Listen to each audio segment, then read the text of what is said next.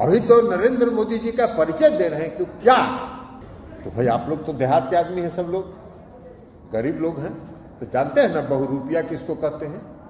बहुरूपिया देखला है ना गांव में क्या होता है, 12 दिन में 12 रूप धरता है। वही है भारतीय जनता पार्टी आरक्षण विरोधी है। 2015 का विधानसभा का चुनाव याद करिए। चुनाव के पहले आरएसएस के प्रमुख श्री मोहन भागवत जी ने कहा कि अब आरक्षण व्यवस्था पर पुनर्विचार करने का समय आ गया। ये उनकी सोच है, भारतीय जनता पार्टी की यही सोच है। भारतीय जनता पार्टी का जो चरित्र है ना, वो चरित्र बहुत गड़बड़ है। हाथी का दो दांत होता है, वो खाने वाला है, वो दिखाने वाला। उसका एगो दिखाने वाला था। अब बताइए ना, 2014 के चुनाव में इस देश के आदरणीय प्रधानमंत्री नरेंद्र मोदी जी पूरा देश भर में घूम कर कहे कि हम अति पिछड़ा है, हम अति पिछड़ा है। अरे गुजरात में अति पिछड़ा है? गुजरात में अति पिछड़ा नहीं है, गुजरात में पिछड़ा वर्ग है। ये उस पिछड़ा वर्ग में भी नहीं थे।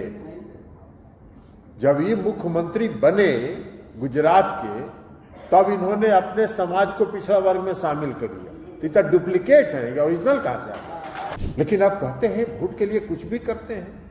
अब आजकल देखते नहीं है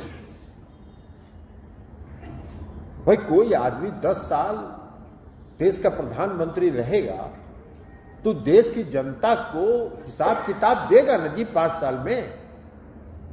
कोई चुनाव होता है 5 साल के लिए, और 5 साल में जो सरकार चलाता है, वो 5 साल के बाद जब फिर जनता की अदालत में वोट मांगने के लिए जाता है तो बताता है ना कि हमने 5 साल में क्या किया, और देखिए हम ये काम किए, ये काम किए, ये नहीं कर सके, हमको फिर से वोट दी। इसलिए कुछ लेखा जोखा है ये नहीं है, सब बही खाता सब साफ है, खाली है बही खाता।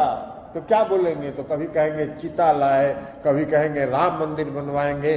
और टीवी अगर खोलिएगा तो सुबह में कहाँ शिवलिंग निकल गया, कहाँ विष्णु भगवान का मंदिर निकल गया, कहाँ कुछ निकल गया।